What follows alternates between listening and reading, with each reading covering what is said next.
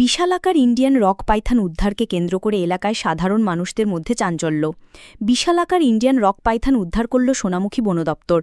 আর এই ঘটনাকে কেন্দ্র করে সোনামুখী ব্লকের নারায়ণ সুন্দরী গ্রামে সাধারণ মানুষদের মধ্যে ব্যাপক চাঞ্চল্য তৈরি হয়। স্থানীয় বাসিন্দারা প্রথম নারায়ণ সুন্দরী গ্রামের একটি পুকুর পাড়ে ইন্ডিয়ান রক পাইথনটি দেখতে পান। এরপর খবর দেওয়া হয় সোনামুখী বন দপ্তরে।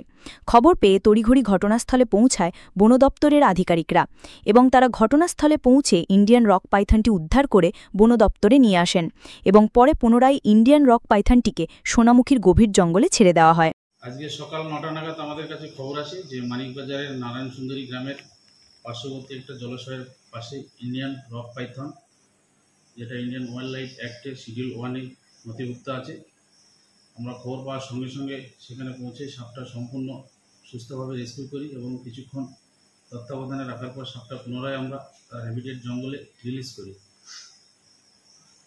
সাপটা 8 ফুট মতো লম্বা আছে এবং 10 থেকে 12 কেজি ওয়েট আছে। সাপটা রিলিজ করার পর আমরা আপনাদের মাধ্যমে আশেপাশের লোককে এই বার্তা দিতে চাইব, সাপ মারবেন না।